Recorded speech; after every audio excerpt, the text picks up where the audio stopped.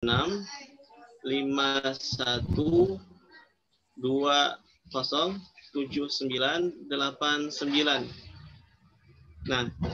saya ulangi sekali lagi, nomor HP 085651207989. Nah, bisa dicatat buat adik-adik semua. Kemudian riwayat pendidikan beliau, SDN Sukamaju 1, Pondok Pesantren Al-Huda, Madrasah Aliyah Pangkalan Bun, IAIN Antasari Banjarmasin. Pengalaman organisasi, Wakil Posma 2009, Ketua HMJ tahun 2001 sampai 2012. Kemudian menjadi Wakil Ketua Umum LPPQ tahun 2001 sampai dengan 2012. Moto hidup beliau, khairun nas atfa'uhum linnas. Sebaik-baik manusia ialah yang bisa memberi manfaat bagi orang lain. Nah, itu tadi tentang profil tentang beliau. Nah, untuk itu langsung saja kita langsung serahkan kepada Al-Mukarram Al-Ustadz Imam Ramli SPDI. Kepada waktu dan tempat disilahkan Ustaz. Syukran katsiran. Bismillahirrahmanirrahim. Assalamualaikum warahmatullahi wabarakatuh. Waalaikumsalam warahmatullahi wabarakatuh. Baik, sebelum ulun lanjutkan, ini suara saya jelas ya? Suaranya jelas? Alhamdulillah jelas Ustaz. Oke, terima kasih. Bismillahirrahmanirrahim. Alhamdulillahilladzi an'amana 'alaina bi ni'matil iman wal islam. Asyhadu an la ilaha illallah wahdahu la syarikalah wa asyhadu anna Muhammadan 'abduhu wa rasuluhu la nabiyya ba'dah. Allahumma shalli 'ala sayyidina Muhammad wa 'ala ali sayyidina Muhammad amma ba'du. Alhamdulillah, segala puji dan syukur mari selalu kita haturkan kehadirat Allah Subhanahu wa taala atas segala nikmat yang Allah berikan, sehingga alhamdulillah pada kesempatan yang berbahagia ini kita bisa bersilaturahim, bertatap muka, bermuajahah meskipun melalui Zoom. Mudah-mudahan ini tidak mengurangi esensi dari kegiatan kita untuk senantiasa membumikan Al-Qur'anul Karim. Salawat dan salam semoga senantiasa tercurah limpahkan keharibaan Nabi junjungan kita, idola kita Rasulullah Muhammad sallallahu alaihi wasallam beserta keluarga dan sahabat beliau hingga yaumil akhir. Amin ya rabbal alamin. Yang ulun muliakan, ulun hormati Ketua Umum LPPQ beserta seluruh jajarannya, serta para hadirin sekalian, peserta tiker yang mudah-mudahan senantiasa sehat dan tetap semangat dalam mengikuti seluruh rangkaian kegiatan tiker. Ya, Ustadz ingin menyapa dulu, bagaimana kabar Bu Hanfian, seberataan sehat lah. Terlihat nih dari wajah-wajahnya di sini. Subhanallah. Mudah-mudahan ini terpancar dari wajah-wajah Al-Quran ini nanti mendapatkan syafaatul uzma Al-Quran fi yaumil qiyamah. Amin ya rabbal alamin. Ini yang saya hadapi ini adalah laptop. Tetapi pada hakikatnya orang-orang yang ada di dalam laptop ini, meskipun melalui gambar saja, ini adalah orang-orang yang terbaik, orang-orang yang luar biasa. Yang kata Rasulullah, khairukum man ta'allamal Qur'ana wa 'allamah. Sebaik-baik kalian adalah orang yang belajar Al-Quran dan mengajarkannya. Siapa dia? Ya ini pengurangnya nahan. Masya Allah, tabarakallah. Mudah-mudahan ini di rumah masing-masing ya. Bukan di rumah tetangga nih. Ya, sambil minum-minum santai nggak apa-apa. Kita hari ini materinya santai saja.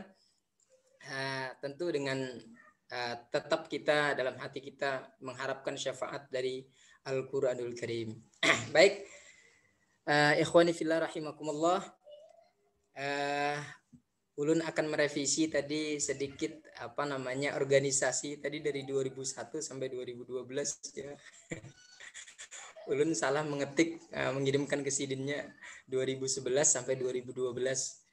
Kemudian di LPPQ wakil ketua umumnya itu 2011 sampai 2012, bukan 2001 ya. Terima kasih banyak. Baik, izin ulun untuk share screen.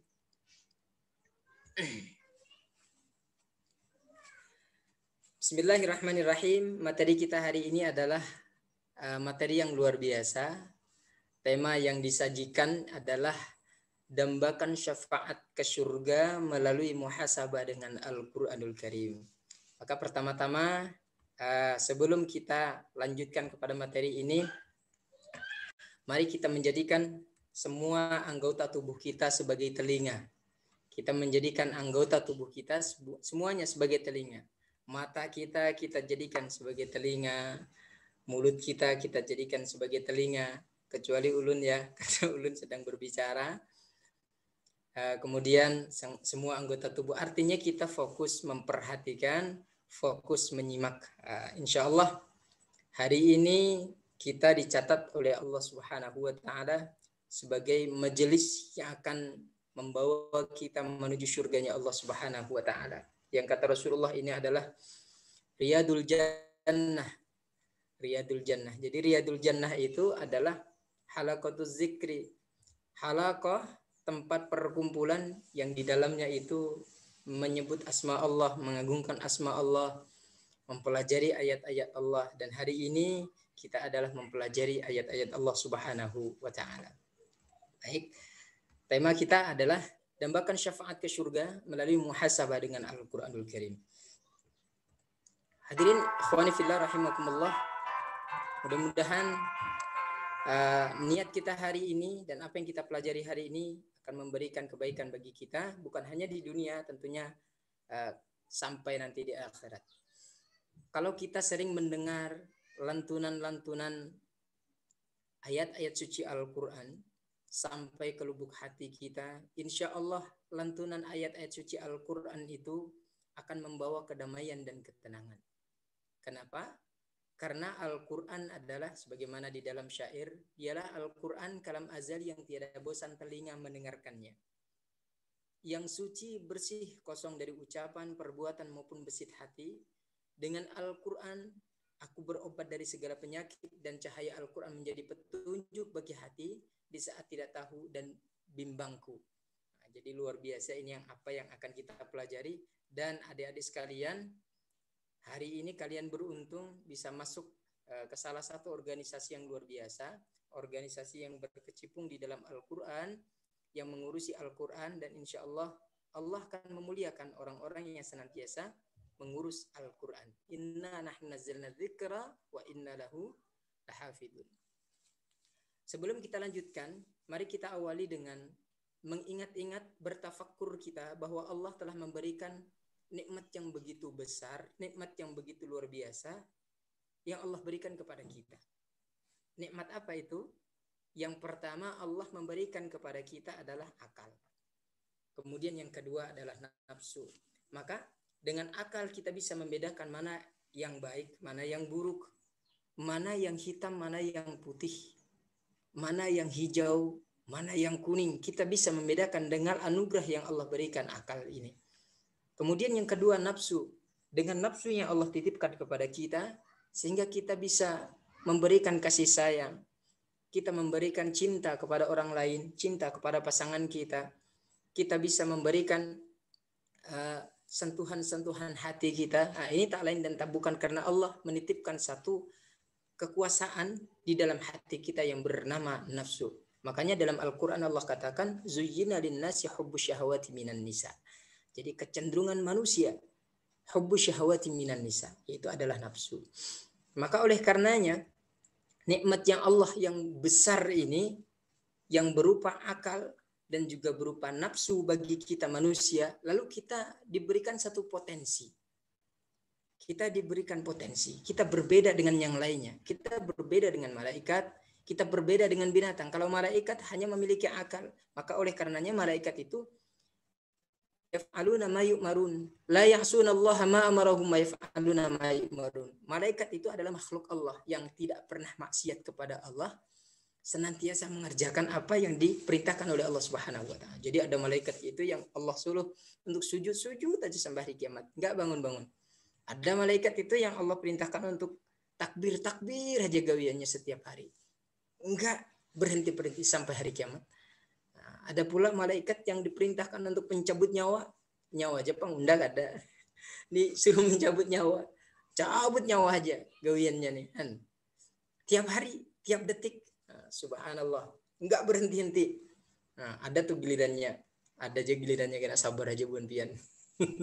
Mudahan kita panjang umur seberatan, amin. Karena tadi itu malaikat itu layak sunallah, tidak maksiat kepada Allah. Ujar Allah, cabut si anu tuh pina mucil, iya tak, hati-hati pian. Cabut aja si anu tuh itulah bedanya kita dengan malaikat. Ya, kita punya akal juga sebagaimana malaikat dibekali oleh Allah Subhanahu wa taala akal. Tapi mereka tidak punya nafsu. Tidak ingin mereka nikah, nggak ada resepsi, nggak ada di sana, nggak ada resepsi pernikahan malaikat mungkar dan nakir misalnya, nggak ada. Ya, kalau ada nang hendak korupsi, kada juga, kada di sana. Kenapa? Karena kada ada nafsu tadi, permisi nafsunya. Berbeda dengan kita. Begitu pula kalau kita bandingkan kenikmatan Allah yang berikan kepada kita binatang hanya punya nafsu, nggak punya akal. Makanya ayam itu kalau mau kawin nggak perlu nengok kanan nengok kiri banyak orang, nggak antam langsung gitu ya. Kuda keliling kota nggak pakai celana biasa saja kuda. Kenapa? Nggak punya akal. Kita jangan, bahaya coy. Subhanallah ya. Jadi nikmat yang besar yang Allah berikan berupa akal. Makanya dalam Al-Qur'an itu banyak afala tatafakkarun, afala ta'qilun. Allah sebut juga dengan ulul albab, aidzawil uqul. Nah, itu menyebutkan bahwa kita ini orang-orang yang diberikan oleh Allah Subhanahu wa taala anugerah yang begitu besar. Anugerah yang begitu besar luar biasa. Maka karena Allah telah memberikan anugerah ini, lalu Allah memberikan satu potensi yang besar juga bagi kita. Makanya dalam surah Al-Baqarah Allah katakan wa idz qala rabbuka lil malaikati inni ja'ilun fil ardi khalifah. Allah katakan di depan para malaikatnya, hai malaikatku, aku ingin menjadikan manusia sebagai khalifah. Diprotes oleh para malaikat. Ya Allah, mereka itu nanti berbuat kerusakan. Ya Allah, mereka itu nanti akan saling bunuh-membunuh dan lain sebagainya. Allah katakan inni a'lamu ma la ta'lamun. Kenapa? Karena kita memang memiliki satu potensi yang besar yang Allah berikan kepada kita. Wallahu akhrajakum min butuni ummahatikum la ta'lamuna syai'a wa ja'ala lakumus sam'a wal absara wal afidah la'allakum tashkurun. Dulu ketika kita lahir ke dunia, dikeluarkan kita dari perut ibu kita dalam keadaan tidak mengetahui suatu apapun. Dan dia Allah Subhanahu wa taala memberikan kepada kita pendengaran yang sempurna. Allah memberikan penglihatan dan hati kepada kita. Supaya apa? La'allakum tashkurun. Supaya kita bersyukur kepada Allah. Dengan cara apa? Dengan cara mengembangkan potensi yang Allah berikan kepada kita itu tadi. Maka oleh karenanya potensi yang Allah berikan ini mari kita gunakan untuk memikirkan masa depan. Nah, ini baru kita masuk nih. Kita memikirkan masa depan. Sebab kita hidup ini di tiga masa. Yang pertama adalah masa lalu. Kita punya masa lalu. Semua kita pernah punya masa lalu. Tapi masa lalu kita ini adalah masa lalu yang ada di alam ruh, di alam rahim. Kita sudah melalui akan hal itu. Dan kemudian kita sekarang ini sedang menjalani masa sekarang. Di mana? Di alam dunia. Kita bisa makan, kita bisa berinteraksi, kita bisa belajar. Tapi kita makan kita, interaksi kita, belajar kita, semata-mata kita untuk bekal kita memikirkan masa depan. Kenapa kita berada sekarang ini mau berlapah-lapah di LPPQ, tidak digaji, tidak dibayar, bahkan mungkin kalian mengeluarkan dana sendiri pribadi. Kemudian kalian mungkin meluangkan banyak waktu untuk memikirkan akan hal ini. Karena orientasi kita bukan hanya kehidupan yang fana di dunia, tapi kehidupan yang abadi kelak di akhirat. Itu orientasi kita. Makanya kenapa kita semangat. Dan Allah tidak akan membiarkan kita, orang-orang yang mengurusi kalamnya, mengurusi ayat-ayatnya, Allah tidak akan membiarkan kita sengsara hidup di dunia. Jadi itu bonusnya ya, bonusnya. Tapi pada intinya kita memikirkan masa yang akan datang. Di mana itu?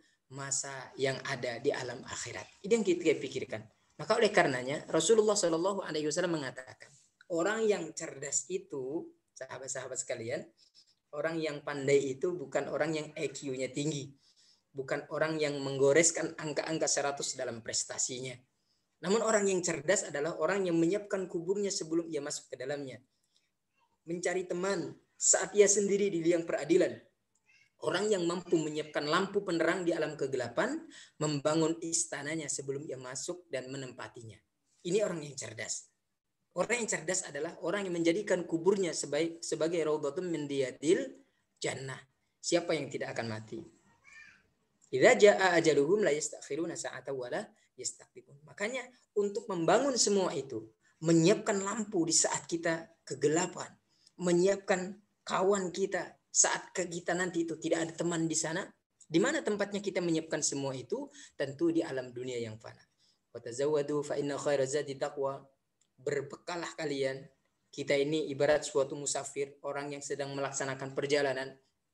Maka kita akan sampai selamat, nyaman sampai di tujuan kalau kita mempersiapkan segala hal sesuatu yang kita perlukan saat sampai sana. Jadi seperti itu. Bahkan Syekh Yahya bin Mu'az Ar-Razi berkata, "Tuba liman tarakad dunya qabla an tatsrukahu wa bana qabrahu qabla ay yadkhulahu wa arda rabbahu qabla ay yalqahu." Sungguh beruntung orang yang lebih dulu meninggal dunia sebelum dunia meninggalkannya. Nah, Sidin dapat harta banyak. Kemudian Sidin sebelum harta itu meninggalkannya sudah meninggal duluan. Subhanallah, luar biasa. Kemudian beruntung juga orang yang terlebih dahulu membangun kuburnya sebelum ia memasukinya, dan ia telah diridhai oleh Tuhannya sebelum ia berjumpa dengannya. Maka insya Allah orang yang menyiapkan ini di dunia, ketika dia masuk ke dalam kubur, maka kuburnya akan menjadi riyadun min riyadil jinan, akan menjadi taman di antara taman-taman surga. Na'udzubillahi min dzalik, jangan sampai kubur kita menjadi hufratun min hufarin niran, menjadi jurang di antara jurang-jurang neraka. Jadi ketika kita masuk ke dalam surga, harapan kita adalah kita melihat di sana luas membentang taman menuju taman surganya Allah Subhanahu wa taala. Siapa yang tidak ingin masuk ke dalam surga? Nah, semuanya insya Allah ingin masuk ke dalam surga. Maka oleh karenanya yang perlu kita persiapkan di antaranya dari sekian banyak itu adalah kita berinteraksi dengan Al-Qur'an. Kita belajar kepada Al-Qur'an. Kita mengamalkan kandungan Al-Qur'an. Kita membaca setiap hari. Iqra'ul Qur'an fa innahu ya'ti yaumil qiyamati syafi'an li ashabihi. Baca Al-Qur'an karena ia akan datang nanti di hari kiamat untuk memberikan syafaat. Syafaat Al-Qur'an. Jadi syafaat Al-Qur'an itu bukan hanya nanti di hari kiamat, mulai dari alam kubur. Mulai dari alam kubur. Bahkan sebelum masuk ke alam kubur, Al-Qur'an itu memberikan syafaat. Orang yang senantiasa mengurusi Al-Qur'an, insya Allah hidupnya nyaman. Insya Allah hidupnya nyaman. Lihat aja. Orang yang dekat dengan Al-Quran, yang mengamalkan Al-Quran, subhanallah, itu hidupnya akan nyaman, dijamin oleh Allah Subhanahu wa ta'ala. Orang yang mau meninggal dunia, kita bacakan apa? Yasin. Bukan kita dengarkan dangdut. Kita bacakan Yasin, ayat-ayat Al-Quran. Supaya ringan mereka saat sakaratul maut. Semua yang meninggal dunia memiliki sakaratul maut. Likulli maut sakarat. Setiap orang yang meninggal dunia punya sakarat. Dan sakarat itu sakitnya dahsyat luar biasa. Supaya ringan, bacakan Al-Quran. Nah, sebelum kita masuk ke dalam kubur, sebelum kita nanti berjumpa di akhirat, Al-Quran di dunia saja sudah memberikan syafaat.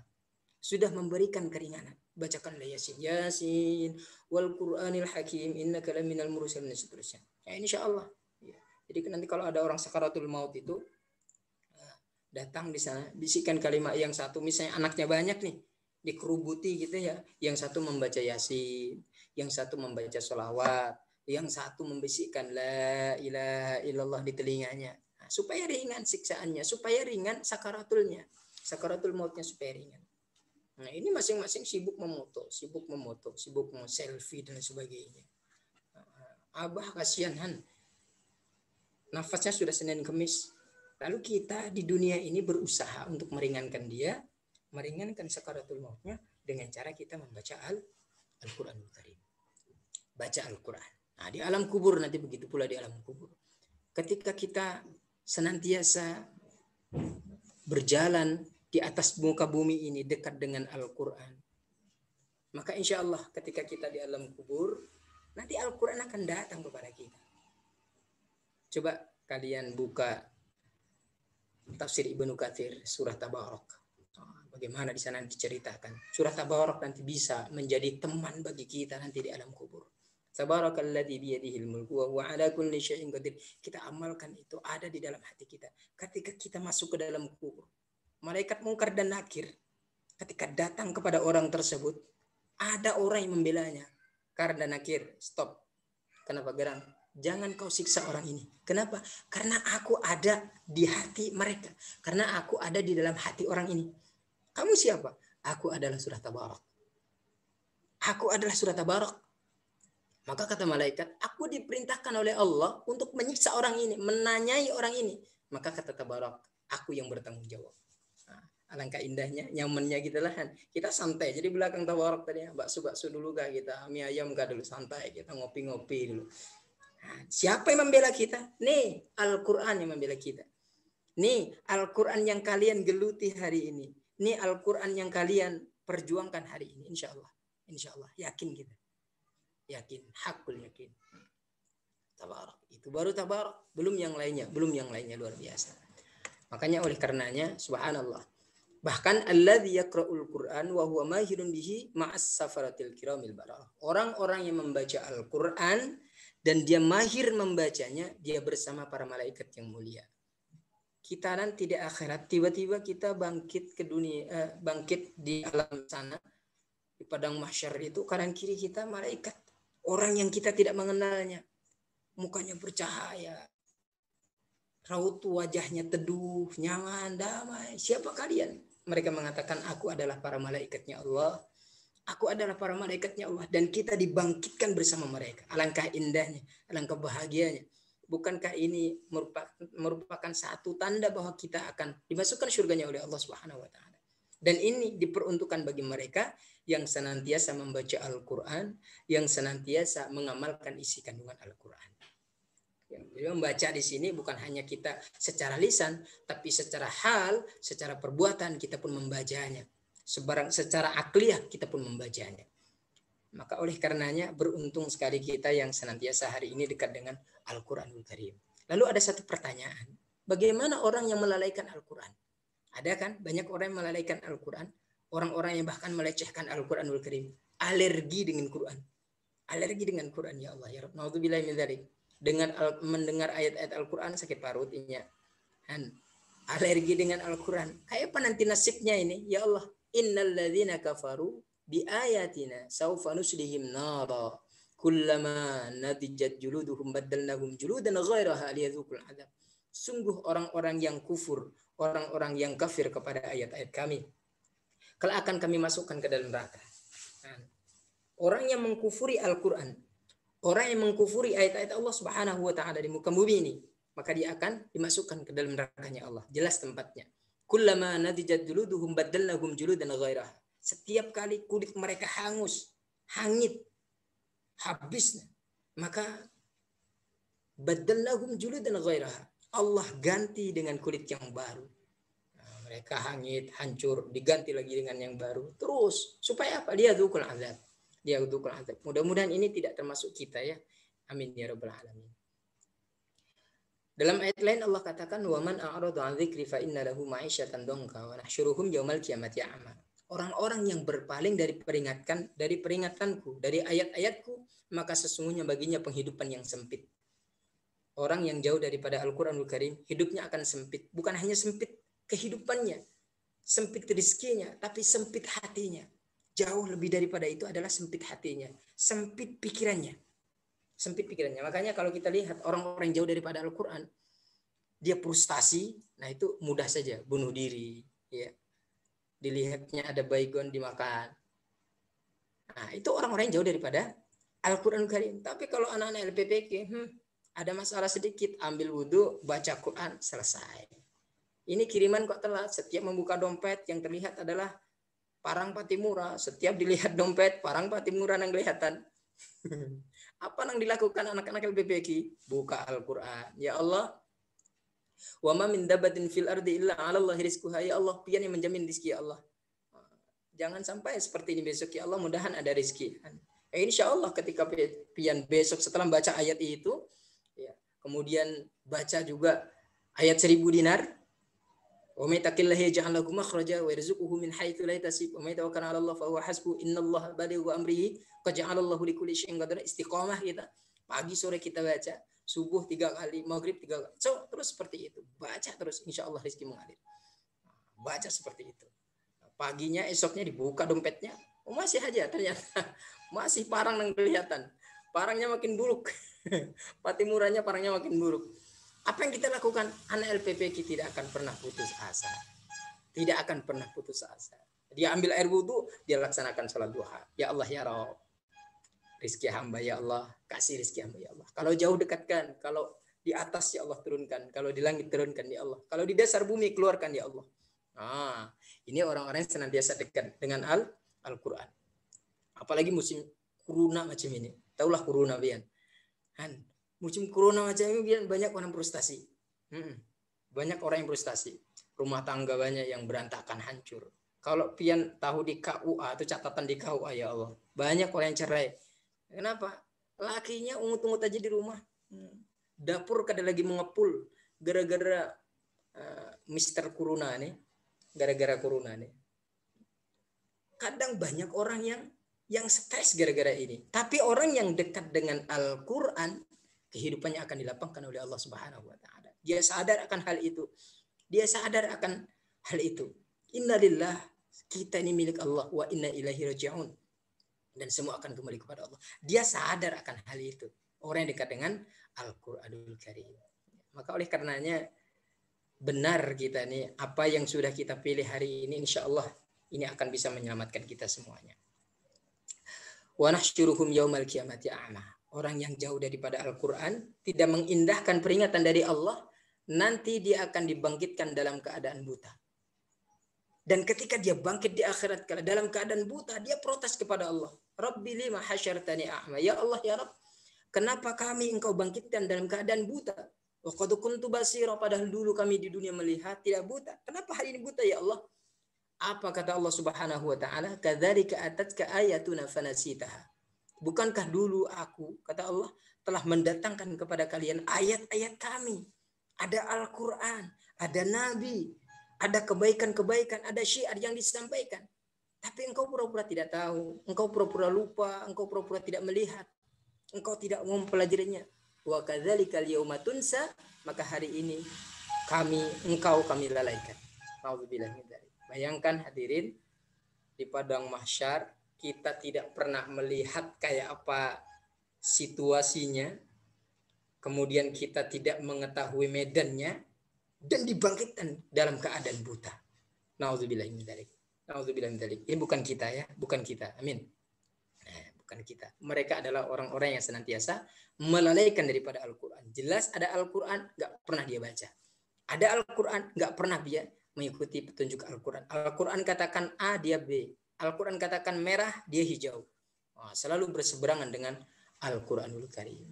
Maka oleh karenanya, kewajiban kita saat ini adalah mempelajari Al-Quran dengan baik. Cara bacaannya seperti apa? Alhamdulillah LPPK mengembangkan akan hal itu. Ada divisi tajwid, ada divisi-divisi yang lainnya, dan mudah-mudahan itu tetap jalan. Kemudian kita mempelajari hukum-hukumnya. Kemudian adalah kita mensyiarkan dan mengajarkannya. Ini yang terpenting. Saya kok berkeinginan ya, bercita-cita bahwa LPPK ini melahirkan satu metode. Kan belum ada kan? Coba nanti teman-teman LPPK ini, teman-teman yang baru ini bisa memikirkan bagaimana LPPK itu menghasilkan satu metode. Metode cara membaca Al-Quran. Sekarang kan banyak sekali tuh. Nah, bukan hanya metode membaca Al-Quran, tapi metode untuk memahami Al-Quran dengan cepat. Ada kemarin itu dari Jawa itu ada metode nama metodenya adalah sekejap. Sekejap. Saya mengikuti pelatihan itu cara memahami secara cepat Al-Quran. Subhanallah, sudah ada itu. Nah, LPPQ nanti bisa melahirkan satu metode, entah metode apa gitu ya, metode cara cepat membaca Al-Quran atau cara cepat mengidentifikasi apalah solusi dalam kehidupan melalui Al-Quran atau seperti apa gitu. Nah, saya kok punya cita-cita seperti itu. Wallahu a'lam bishawab ya. Mudah-mudahan kalau kami dulu zamannya kami belum terlaksana itu, terlalu sibuk memikirkan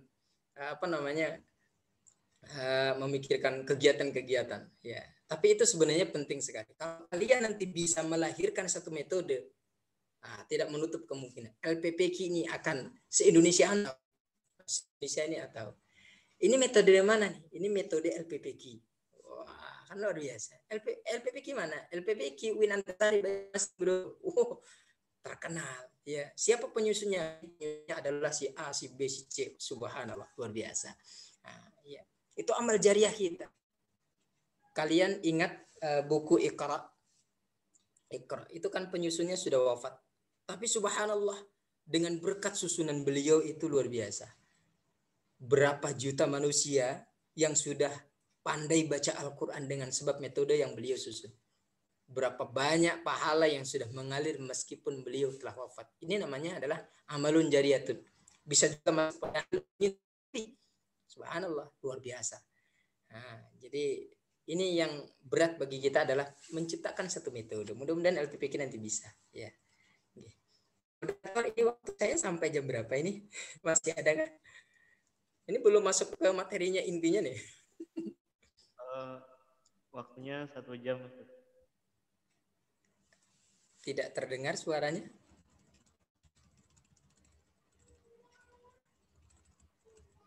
Waktunya 1 jam, Ustaz. Iya, berarti masih ada waktu untuk saya ya? Alhamdulillah masih banyak, Ustaz. Alhamdulillah. Kita santai aja sekarang ya, santai aja gitu. Baik, selanjutnya adalah kalau kita berbicara mengenai mukjizat daripada Al-Qur'anul Karim. Mukjizat Al-Qur'an. Ya. Mohon maaf, ulun stop share screen-nya, ulun stop ya. Oke. Selanjutnya kalau kita berbicara dan membicarakan mengenai mukjizat daripada Al-Qur'anul Karim. Mukjizat Al-Qur'an itu luar biasa mukjizatnya. Mukjizat itu adalah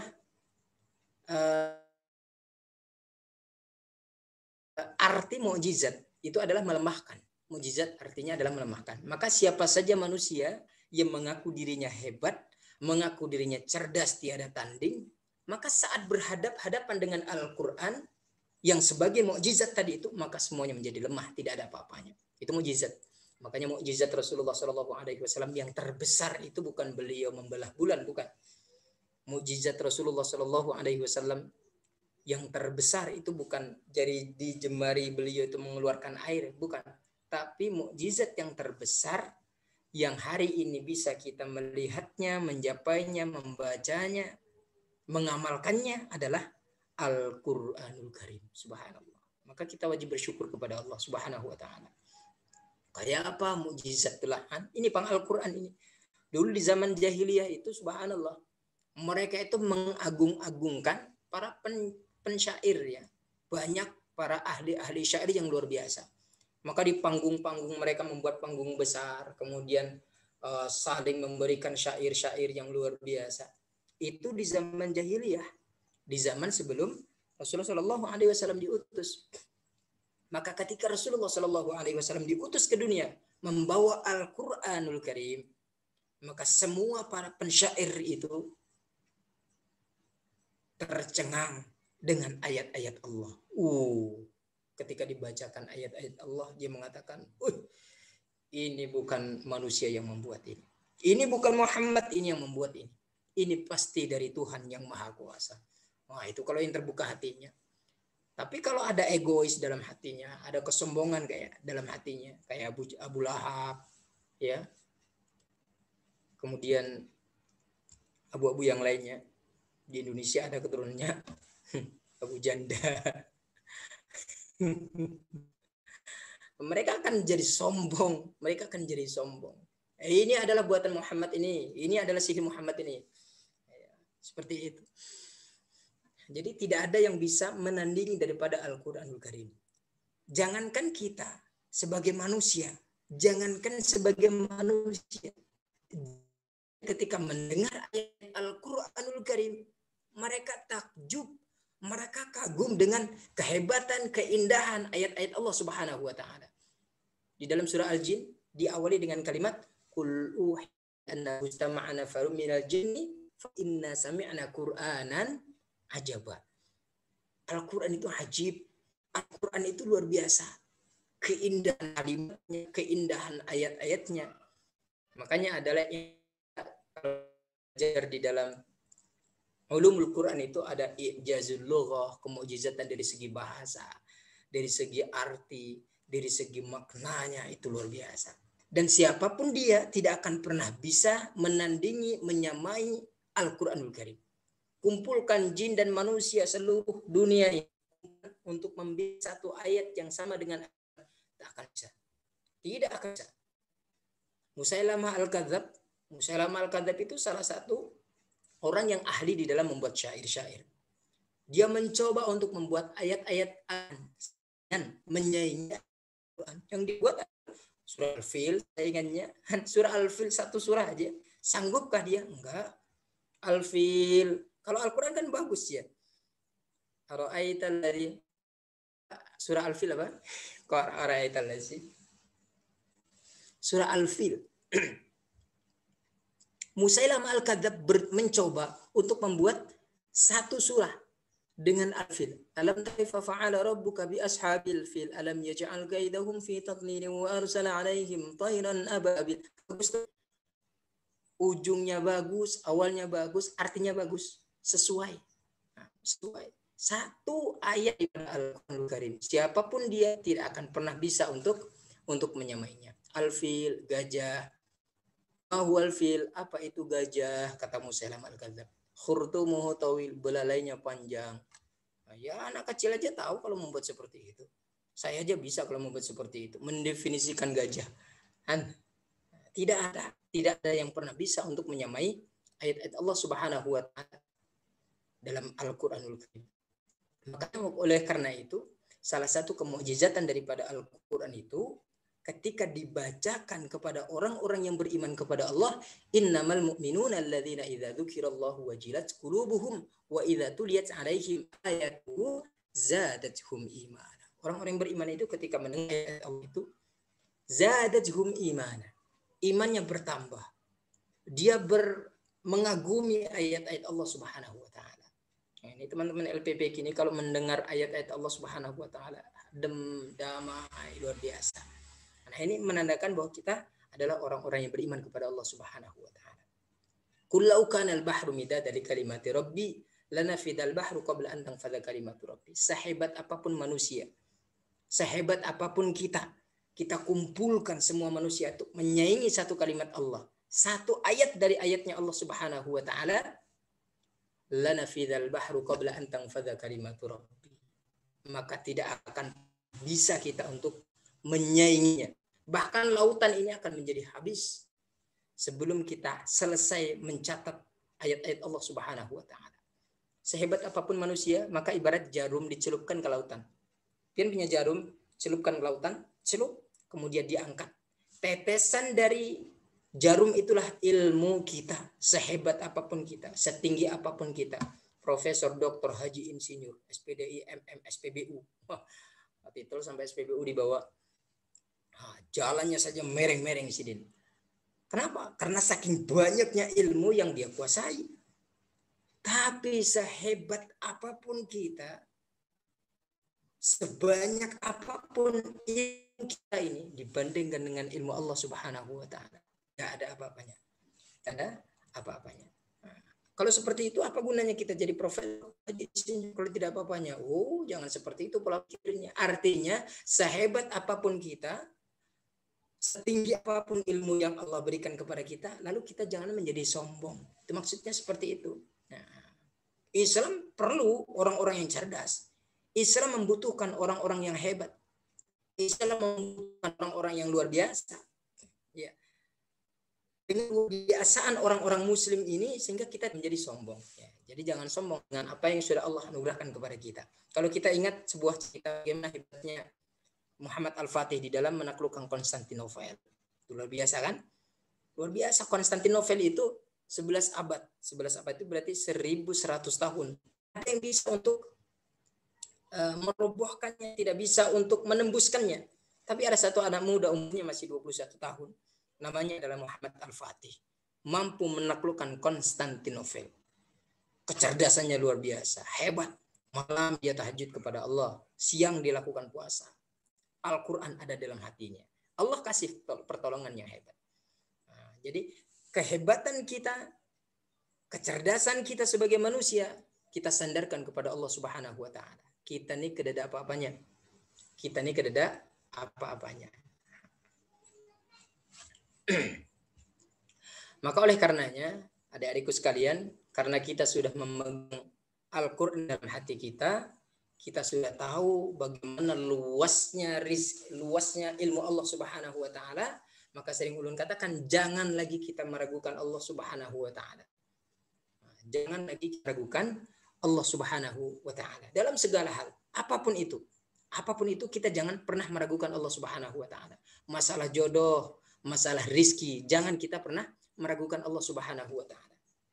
Kadang-kadang kita ini ragu ya, masalah jodoh misalnya, kau kejar ya sampai ke ujung dunia, dari Sabang sampai Merauke, siang kau puja, malam kau damba, namun jika belum jodohnya tak akan pernah bisa kau dapatkan, betul ya? 5 tahun WA-an dengan orang luar negeri, orang Makkah nih, WA-an setiap hari, ujung-ujungnya dapat tetangga sendiri. Kan? Kada tahu kita nih, Allah nang tahu lawan kita nih. Yakin aja kepada Allah Subhanahu wa Ta'ala. Kita sudah ada Al-Quran dalam hati kita. Kemudian kita sudah yakin dengan ilmu Allah Subhanahu wa Ta'ala. Allah memberikan yang terbaik kepada kita. Begitu pula masalah rezeki adik-adikku sekalian. Orang lain bisa saja meniru usaha kita. Orang lain bisa saja meniru gaya kita. Tetapi orang lain tidak akan pernah bisa meniru rezeki kita. Kenapa? Karena setiap manusia Allah telah menentukan rezekinya. Jadi jangan pernah ragu. Hari ini kita belajar dengan Al-Quran. Hari ini kita mempelajari ayat-ayat Al-Quran. Dengan kita mempelajari ayat Al-Quran ini, kita menjadi yakin. Kita menjadi, ternyata Allah itu luar biasa. Ternyata Allah itu luar biasa. Mampu menumbuhkan keyakinan yang kuat di dalam diri kita. Nah, itu salah satu kenapa kita harus mempelajari Al-Quranul Karim. Maha luas, Allah itu maha luas. Ilmu Allah itu maha luas. Makanya dalam doa kita, salah satunya adalah Allahumma maghfiratuka awsa'u min dzunubina wa rahmatuka arja'indana min a'malina. Dosa kita ini banyak, tapi ampunan Allah lebih banyak. Ampunan Allah Subhanahu wa Ta'ala lebih banyak. Ikhwan fillah rahimakumullah. Maka oleh karenanya perbanyaklah kita membaca Al-Qur'an, perbanyak kita berinteraksi dengan Al-Qur'anul Karim. Maka kita akan menemukan banyak ilmu. Kita akan menemukan lautan ilmu. Kita akan menyadari betapa kecilnya kita. Semakin kita mendalami ilmu, semakin kedada apa-apanya kita nih. Insya Allah orang-orang yang ahlul Quran itu, ahlullah itu, mereka semakin hari akan semakin menunduk seperti padi itu. Kenapa? Karena mereka menyadari betul bahwa apa yang mereka dapatkan pada hari ini ternyata itu apa yang Allah miliki dalam Al-Quran jauh lebih luas, lebih hebat, lebih banyak. Jadi nggak ada seberapanya apa yang kita dapatkan hari ini. Maka oleh karenanya, kalau kita boleh mengklasifikasikan isi kandungan Al-Quran itu secara garis besar itu, yang pertama adalah isinya adalah akidah. Jadi Al-Quran yang pertama isinya adalah akidah. Yang kedua adalah muamalah. Yang ketiga adalah akhlak. Yang keempat adalah kisah. Jadi ada 4 nih. Nah, secara umum ada 4. Yang pertama adalah akidah. Makanya ayat yang pertama ayat yang turun di dalam kota Mekah Al-Mukarramah selama 13 tahun Rasulullah SAW dakwah adalah sebagian besar itu masalah akidah. Qul huwallahu ahad, Allahu samad, masalah akidah. Qul ya ayyuhal kafirun, masalah akidah. Ini adalah kandungan daripada Al-Qur'an Karim. Kemudian yang kedua adalah muamalah. Muamalah itu ada hablum minallah, ada hablum minan nas.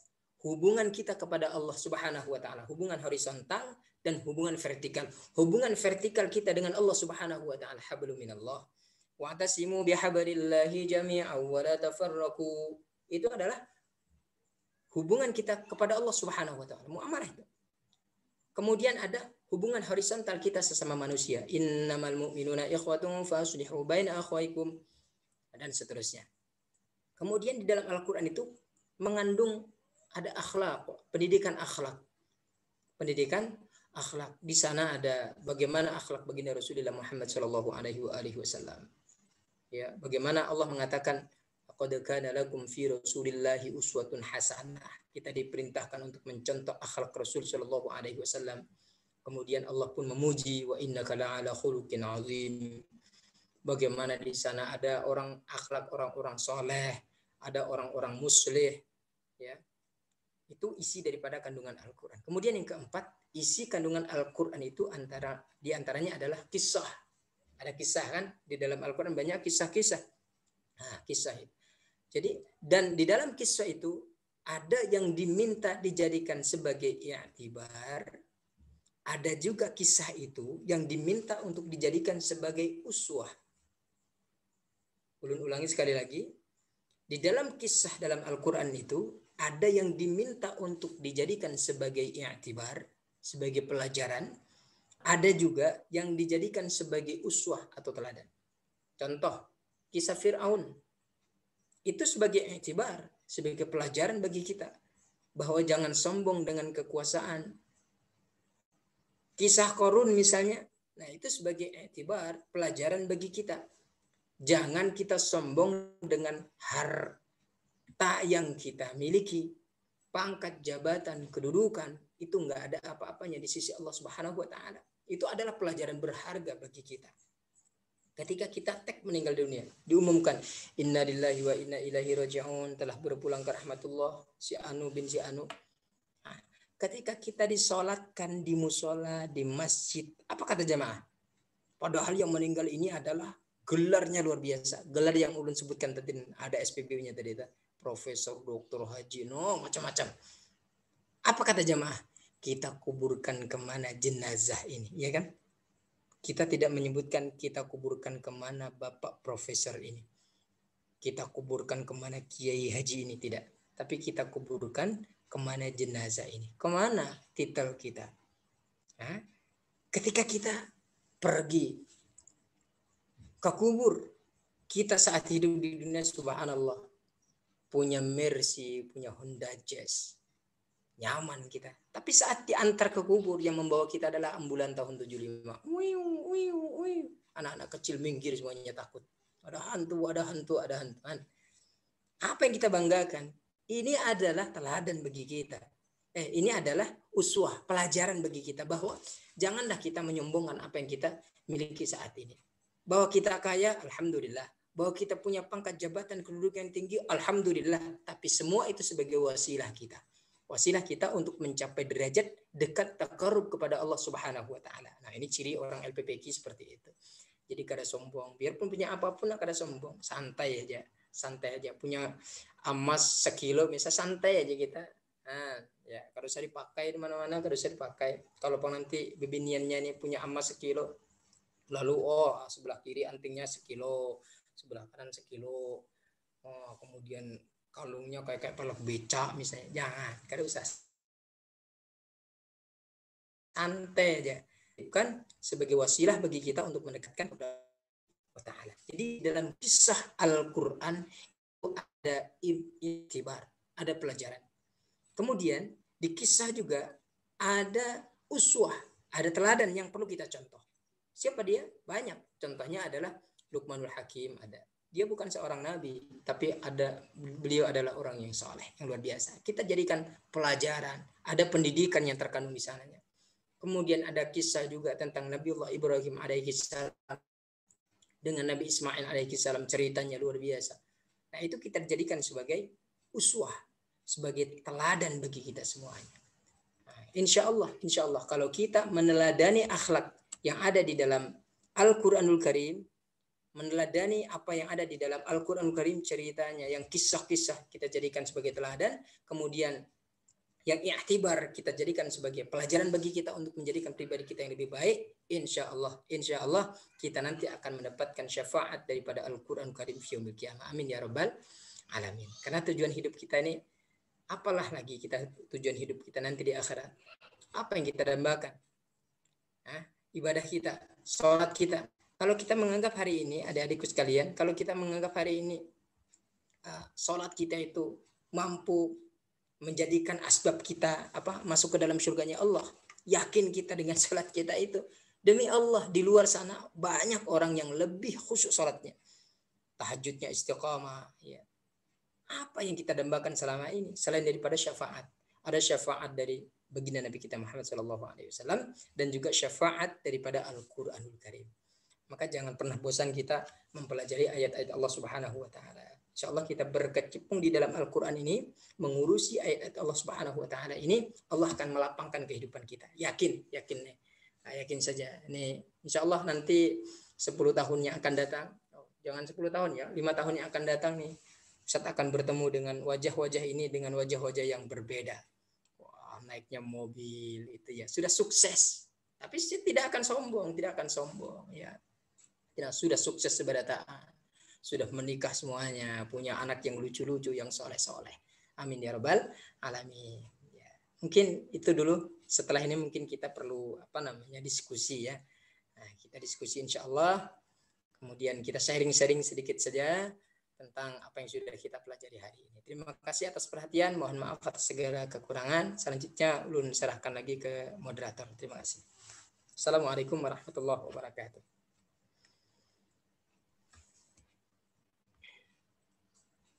Alhamdulillah. Terima kasih banyak Ustaz. Jazakumullah khairan. Alhamdulillah. Mudah-mudahan berkah buat kita semua mendengarkan. Jadi selanjutnya adalah sesi tanya jawab. Nah, kepada adik-adik semua, baik untuk pertama ini kita berikan dulu kepada 2 laki-laki dan juga 2 orang perempuan yang ingin bertanya. Nah, yang ingin bertanya bisa diklik di raise hand-nya itu supaya bisa kelihatan. Nah, jadi sebelum yang ingin bertanya, saya hitung dulu ya, hitung sampai 3. Silakan yang ingin bertanya, silakan klik raise hand-nya. 1, 2, 3. Izin bertanya, Kak. Izin bertanya, Kak. Ya, dari Muhammad Lutfi. Muhammad Lutfi. Silakan. Ya, Muhammad Lutfi, silakan Di. Terima kasih dulu, Kak. Assalamualaikum warahmatullahi wabarakatuh. Izin bertanya Ustadz, nama ulun Muhammad Lutfi dari kelompok 2 Abdullah bin Mas'ud mengenai tentang nafsu tadi Ustadz. Jadi kita di dunia ini sangat sulit mengendalikan nafsu Ustadz. Nah, apa hal yang menyebabkan kita sangat sulit mengendalikan nafsu tersebut Ustadz? Terima kasih, itu saja Ustadz. Ya, terima kasih kepada Muhammad Lutfi. Selanjutnya laki-laki satu lagi ada. Silakan, satu lagi laki-laki yang ingin bertanya.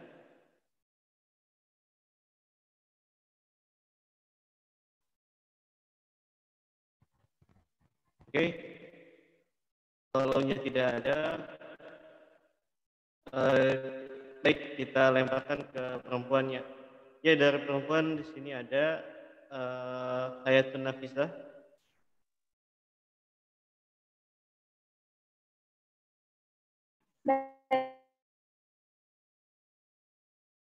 Baik, terima kasih.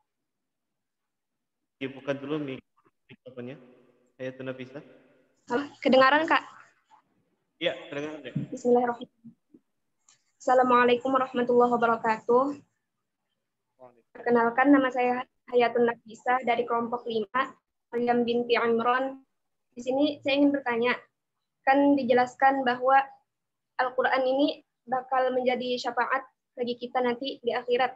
Sedangkan saya pernah membaca bahwa ada orang yang dia rajin membaca Al-Quran, dia hafal Al-Quran, tapi Al-Quran itu malah menjadi azab bagi dia. Dia malah karena Al-Quran dia jadi masuk ke dalam neraka. Nah, jadi saya minta penjelasannya aja kenapa dia bisa karena Al-Quran dia jadi masuk neraka. Mungkin itu aja, Kak. Terima kasih. Wassalamualaikum warahmatullahi wabarakatuh. Waalaikumsalam warahmatullahi wabarakatuh. Baik, dari laki-lakinya ada lagi satu lagi yang ingin bertanya, silakan klik raise hand-nya.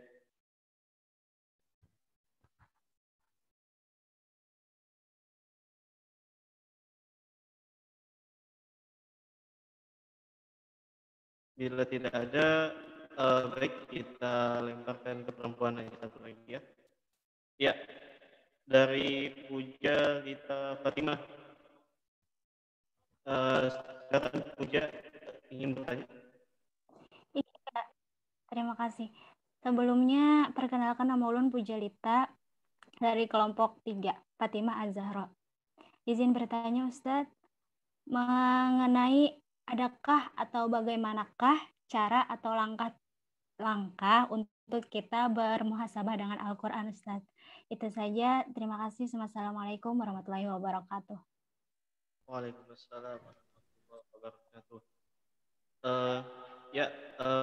Baik Ustadz, silakan dari pertanyaan yang pertama dari Muhammad Lutfi, apa yang menyebabkan sulitnya mengendalikan hawa nafsu? Ya, barangkali dipersilakan kepada Ustaz. Baik, syukran kathiran. Di hadhihi soal, terima kasih atas soal yang diberikan. Luar biasa sekali ini pertanyaan dari teman-teman. Pertanyaan pertama tadi, kenapa nafsu itu sangat sulit untuk dikendalikan? Dan kenapa nafsu itu senantiasa nyaman dan nikmat, ya kan? Diterangkan di dalam kitab itu, neraka itu dihiasi dengan sesuatu yang lezat-lezat. Dan sesuatu yang lezat itu adalah nafsu. Dan memang itulah tugas setan. Setan itu salah satu tugasnya adalah, kan dia sudah berjanji ketika setan itu ukhruj minha fa innaka rajim. Keluar kau daripada surga ini dan engkau dilaknat ila yaumiddin, sampai hari kiamat.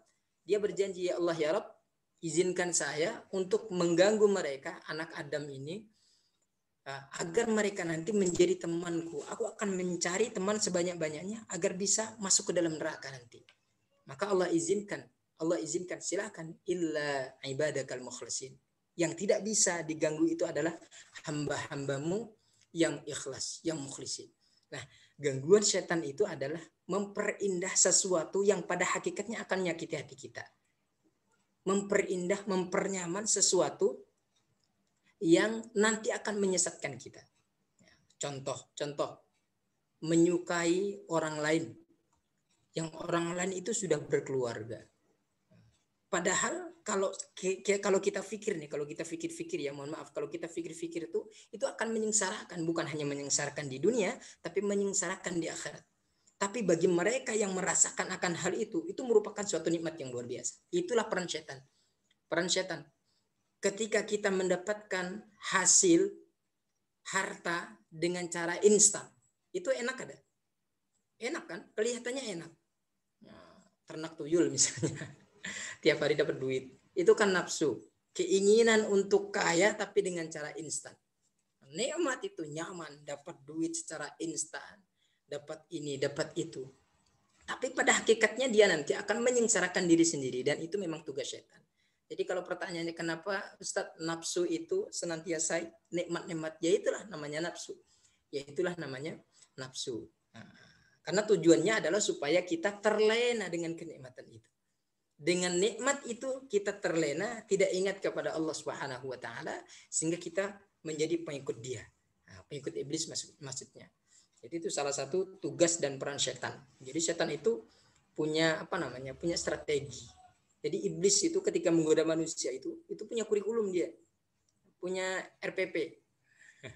Bagaimana supaya cepat manusia yang ini nih bisa cepat untuk mengikuti aku, cepat paham ajakanku dan mengikuti. Nah, ini dia punya RPP, punya kurikulum. Nah, jadi seperti itu. Jadi kalau nggak nikmat itu namanya bukan nafsu. Jadi memang tugas setan itu membuat seolah-olah sesuatu yang menyenangkan nafsu itu menjadi nikmat. Nah, menjadi nikmat. Tidur di waktu subuh, nikmat gak? Oh, nikmat. Ya. Sesuatu yang bertentangan itu nikmat. Dan itulah ya, neraka itu dihiasi dan dikelilingi dengan sesuatu yang nikmat, sedangkan surga itu dikelilingi dengan sesuatu yang tidak nikmat. Pagi-pagi, subuh-subuh kita dingin luar biasa, harus bangun. Ngantuk-ngantuk kita harus bangun tahajud, ya. Waktu kita sibuk, kita masih menyempatkan membaca Al-Qur'an. Bukankah itu sesuatu apalah bagi kita orang awam ini sesuatu yang sangat sulit. Tapi itulah surga.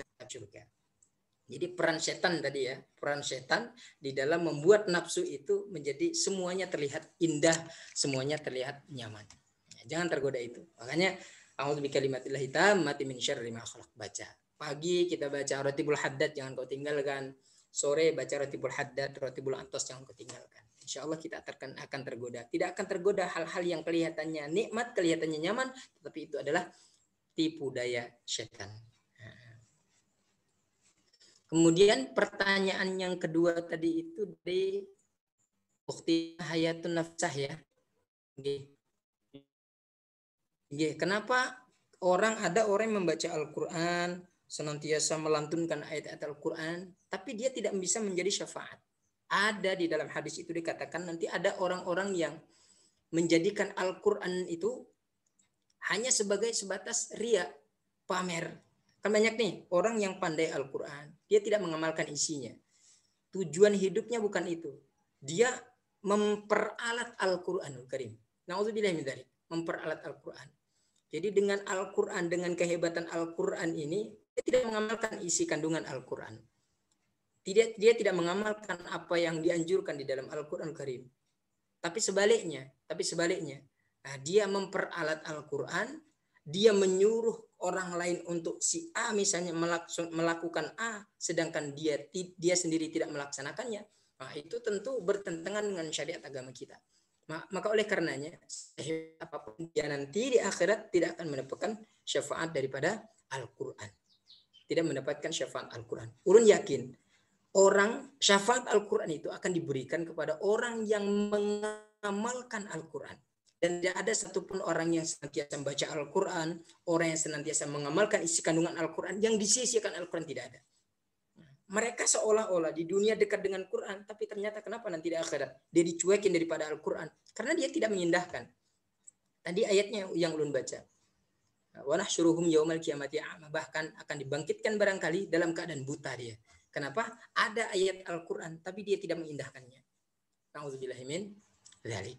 Jadi bisa saja mereka yang tidak mendapatkan syafaat Al-Quran itu adalah orang-orang yang hanya menjadikan dirinya itu ria, sombong dengan apa yang dicapai, dengan sebab mungkin hafalannya, dengan sebab apa yang dia fahami dalam Al-Quran, tapi dia ria, tapi dia sombong. Na'udzubillahi min dzalik.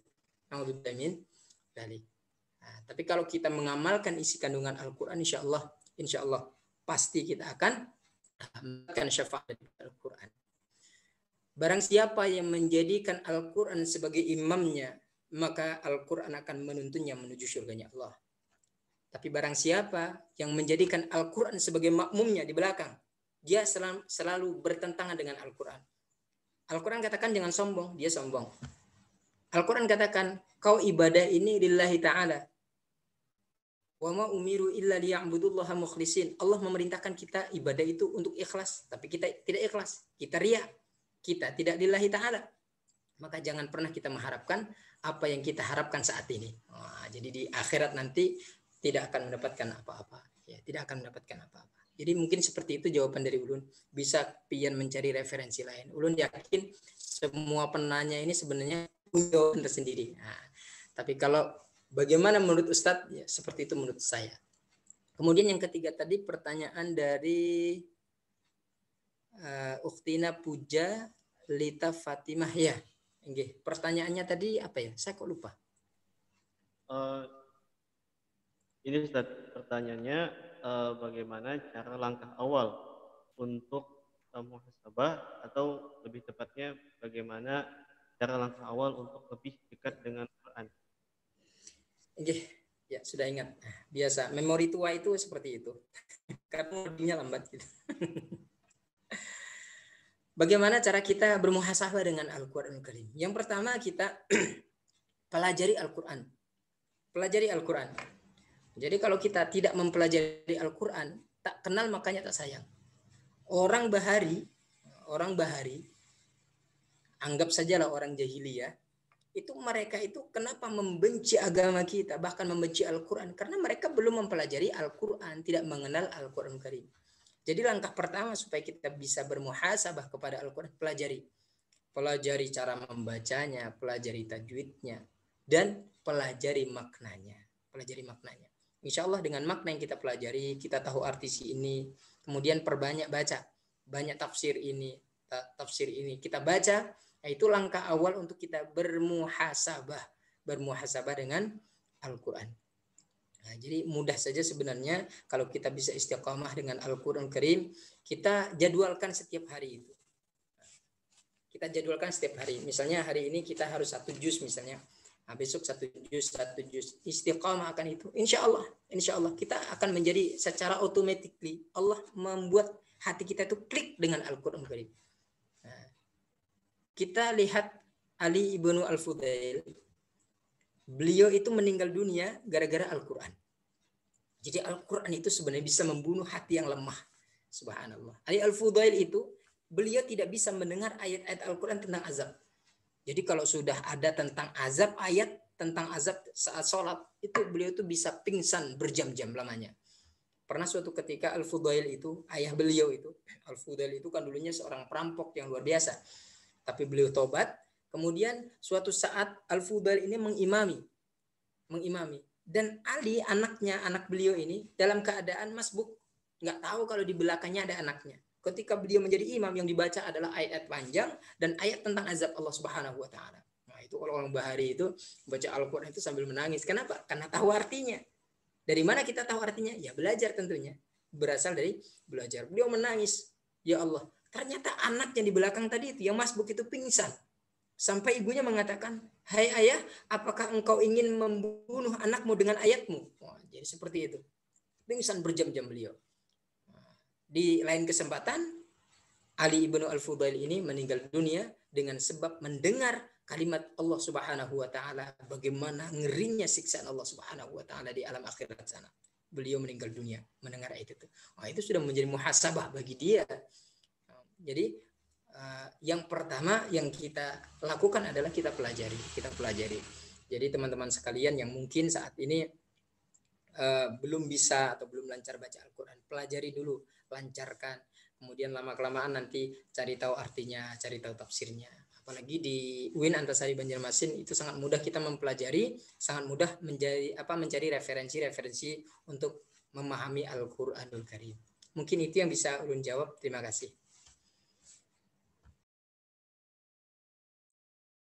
Ya, alhamdulillah semua pertanyaan sudah terjawabkan oleh Al-Ustaz. Juga Ustaz, jazakumullah khairan. Ya, jadi sebelum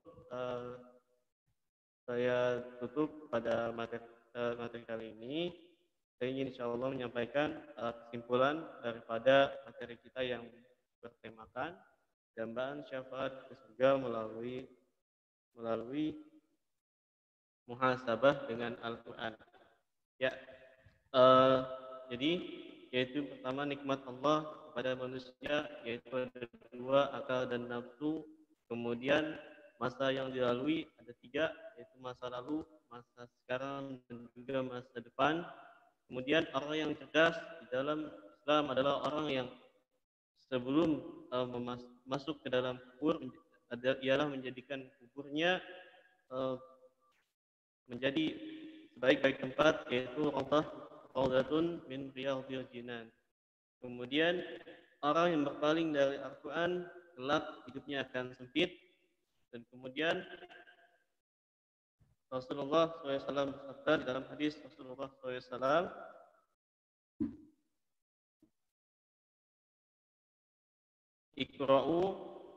Iqra'ul Qur'ana fa innahu ya'ti yaumal qiyamah. Rawahul Muslim. Artinya seorang yang lancar membaca Quran, bacalah Quran, dan sesungguhnya dia akan menjadi syafaat di hari kiamat kelak. Ya, saya selaku moderator meminta maaf apabila ada salah khilafan. Saya pamit undur diri. Wabillahi taufiq wal hidayah wa ridha wal inayah. Wassalamualaikum warahmatullahi wabarakatuh. Waalaikumsalam warahmatullahi.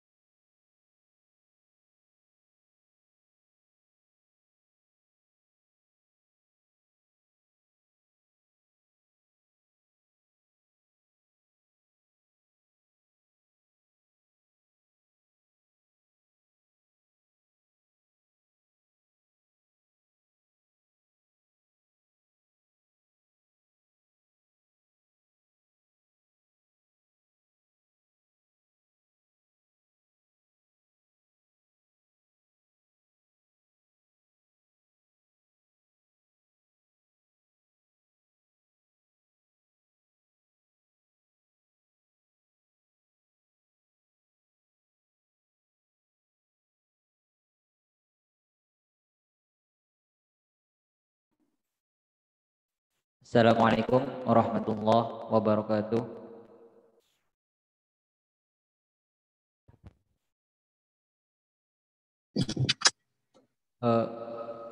Dihimbau kepada seluruh peserta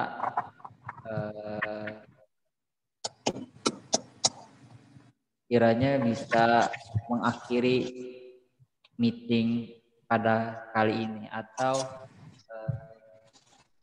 kegiatan pada hari ini di Zoom. Jadi setelah ini kalian akan melanjutkan diskusi di grup PA bersama kakak pembimbing. Jadi entah itu diskusi, pertanyaan ataupun hal-hal yang terkait dengan acara, silahkan aja tanyakan kepada kakak pembimbing.